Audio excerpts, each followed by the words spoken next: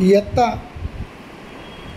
5वीच्या सर्व विद्यार्थिनी व्हिडिओ नीट पाहतील आणि ऐकतील। परिसर भाग 2चे प्रकरण क्रमांक 1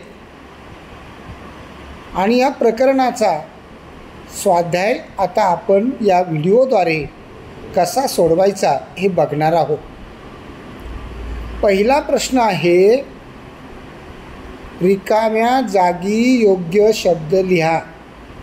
त्यातला पहिला प्रश्न आहे बघा, रिकामी जागा आहे।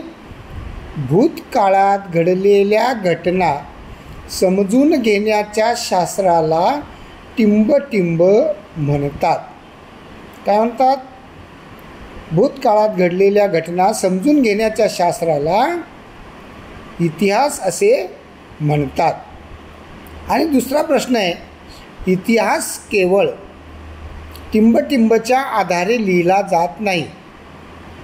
इतिहास ही या इतिहासातील घटना या सत्य असतात, म्हणून इतिहास हा केवळ टिंबटिंब म्हणजे काय येईल तिथे, कल्पनांच्या आधारे लिहिला जात नाही। ठीक आहे। त्यानंतरचा पुढचा प्रश्न आहे, एका वाक्यात उत्तरे लिहा। काय आहे तो पहिला प्रश्न त्यातला, शास्त्रीय पद्धत म्हणजे काय? आता एका वाक्यात उत्तर जरी असलं तरी आपलं उत्तर थोडंसं वाढणार आहे। विद्यार्थिनींनो, आपल्या पूर्वजांनी वापरलेल्या ज्या वस्तू आहेत त्या आजही आपल्याला मोठ्या प्रमाणावर सापडतात। कुठे सापडतात? जमिनीखाली गाडलेल्या असतात, काही मोडकळीस आलेल्या असतात, ते दिसतात आपल्याला। अनेक प्रकारच्या वास्तू त्यांनी वापरलेल्या अनेक प्रकारच्या वास्तू त्याचप्रमाणे त्यांनी वापरलेली शस्त्रे, वापरलेली नाणी, भांडी, दागिने, अशा असंख्य वस्तू जमिनीत गाडलेल्या आपल्याला जमीन खोदताना सापडतात। मग आपल्या पूर्वजांनी वापरलेल्या या वस्तू याला आपण काय म्हणतो? इतिहासाची साधने। मग या साधनांद्वारे इतिहासाचा जो पुरावा मिळतो आपल्याला, हा पुरावा विश्वास ठेवण्याजोगा आहे की नाही हे व्यवस्थित तपासून पाहण्याची पद्धत म्हणजे शास्त्रीय पद्धत। काय? पूर्वजांनी वापरलेल्या अनेक वस्तू विश्वास ठेवण्याजोग्या आहेत की नाही हे अतिशय चिकित्सक पद्धतीने बारकाईने पाहिले जाते। या पद्धतीला शास्त्रीय पद्धत असे म्हणतात। त्यानंतरचा पुढचा प्रश्न आहे, स्वातंत्र्य प्राप्ती। आपल्याला जे स्वातंत्र्य मिळालं, कधी मिळालं स्वातंत्र्य आपल्या देशाला? 1947 साली। मग आपल्याला जे स्वातंत्र्य मिळालं, जी स्वातंत्र्याची प्राप्ती झाली, ही घटना कोणत्या कृतीचा परिणाम आहे? त्या अगोदर स्वातंत्र्य मिळवण्यासाठी आपल्याला आपल्या पूर्वजांना कोणती कृती करावी लागली? इंग्रजांविरुद्ध स्वातंत्र्य लढा द्यावा लागला। ठीक आहे। मग आपण जो स्वातंत्र्य लढा आपल्या पूर्वजांनी इंग्रजांविरुद्ध दिला, त्या कृतीचा परिणाम होऊन आपल्याला स्वातंत्र्य मिळालं किंवा स्वातंत्र्य प्राप्ती झाली। ठीक आहे। म्हणजे स्वातंत्र्य प्राप्ती ही घटना कोणत्या कृतीचा परिणाम आहे? तर स्वातंत्र्य लढा कोणी दिला? तो आपल्या पूर्वजांनी। ठीक आहे। आणि म्हणून आपल्या देशाला 1947 रोजी स्वातंत्र्य मिळालं। ठीक आहे। यानंतरचा पुढचा प्रश्न बघा, त्यांनी काय दिला, इतिहासाच्या अभ्यासामुळे कोणती गोष्ट शक्य होते? काय? इतिहासाचा अभ्यास केल्याने कोणती गोष्ट शक्य होते? तर इतिहासाचा अभ्यास केल्याने आपल्या भविष्यासाठी, येणाऱ्या काळासाठी कोणती काय इष्ट म्हणजे चांगलं कोणतं, वाईट काय, आपण कसं वागलं पाहिजे याचं ज्ञान इतिहासाच्या अभ्यासामुळे आपल्याला होते. ठीक आहे. आणि यानंतरचा पुढचा प्रश्न आहे, पुढील प्रश्नांची थोडक्यात उत्तरे लिहा. काय पहिला प्रश्न? इतिहास हे शास्त्र आहे असे का म्हटले जाते? काय?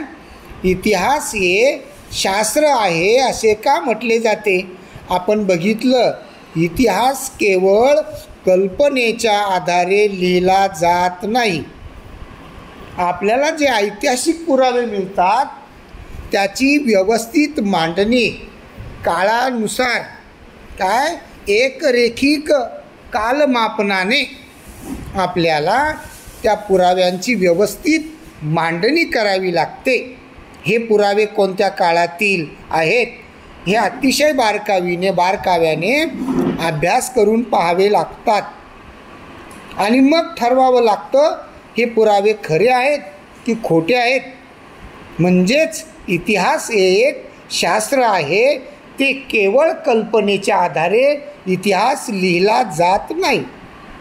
यानंतरचा पुढचा प्रश्न काय आहे? गावाच्या विकासात अडथळे कसे निर्माण होतात? आपल्या गावाची प्रगती होणे म्हणजेच आपला विकास होणे आपल्यासाठी खूप योग्य असते किंवा आवश्यक असते. परंतु आपल्या गावामध्ये जर सर्वांमध्ये एकता असेल, आपल्या गावामध्ये अनेक स्त्रिया, पुरुष, लहान मुलं वगैरे आपण सर्व एकत्र राहतो. अनेक धर्माचे, अनेक जातीपंथाचे लोक राहतात आणि आपल्या विकासासाठी म्हणजेच गावाच्या विकासासाठी या सर्वांमध्ये एकमत असणे आवश्यक असते. ठीक आहे. पण जर काही कारणांनी गावच्या लोकांमध्ये एकमत नसेल, त्यांच्यात भांडणे असतील, तर यामुळे गावचा विकास होत नाही, त्या विकासामध्ये अडथळे निर्माण होतात. कळालं तुम्हाला? काय? गावातील लोकांच्यामध्ये काही कारणाने जर एकमत नसेल तर गावाच्या विकासामध्ये अडथळे निर्माण होतात. म्हणून गावच्या विकासासाठी आपल्या सर्वांमध्ये एकी असणे अतिशय महत्त्वाचे असते. ठीक आहे. आणि पुढे जे प्रश्न आहेत ते उपक्रमांसारखे प्रश्न आहे. पहा काय, संकल्पचित्र तयार करा. कोणाचा इतिहास? आपण इथं लिहायचं स्वतःचा, शाळेचा की गावाचा, या चौकटीत लिहायचं. आणि मग त्याच्या भोवतीचे, स्वतःचा असेल तर स्वतःचा जन्म कधी झाला, ठीक आहे, कुठे झाला, जन्मस्थळ कोणतं होतं, असे मुद्दे तुम्हाला या चौकटीभोवती लिहिता येतील. शाळेचा असेल तर शाळेची स्थापना कधी झाली, किती कोणते वर्ग आहे, ते वर्ग कसे कसे वाढत गेले, इमारत कशी बांधली गेली, या सर्वांचं संकल्पना चित्र तुम्हाला तयार करायचं आहे. आणि पुढे दिलेले 5वा प्रश्न, पुढील तक्त्यात इतिहासाच्या साधनांचे वर्गीकरण करा. वर्गीकरण करा म्हणजे काय? गट करा. आपण बघितलं इतिहासाची साधने 3 प्रकारची असतात. एक भौतिक साधने, लिखित साधने आणि मौखिक साधने. तर यामध्ये जी साधने दिली आहेत आपल्या पूर्वीच्या माणसांनी वापरलेली, नाणी, त्यांनी केलेला पत्रव्यवहार, किल्ले, जात्यावरच्या ओव्या, भांडी, ताम्रपट, वाडे, शिलालेख, लोकगीते, स्तंभ, उभारलेले स्तंभ, चरित्रग्रंथ, लेणी, लोककथा, ही जी सर्व साधने मिक्स केलेली आहेत त्याचे तुम्हाला 3 गट करायचे. एक भौतिक साधने. कोणती आहेत बरं भौतिक साधने? नाणी, किल्ले, भांडी, वाडे, त्याच्यानंतर लेणी ही भौतिक साधने येतील. आणि पत्रव्यवहार म्हणजे लिखित साधने, त्यानंतर ताम्रपट, तांब्याच्या पत्रावर लिहिलेला मजकूर, शिलालेख ही चरित्र ग्रंथ ही झाली लिखित साधने. आणि मौखिक म्हणजे तोंडी इतिहासाची असलेली ही साधने, एका पिढीकडून दुसऱ्या पिढीला मिळालेली, आईकडून मुलीला, मुलीकडून तिच्या मुलीला मिळालेली मागच्या काळातली साधने.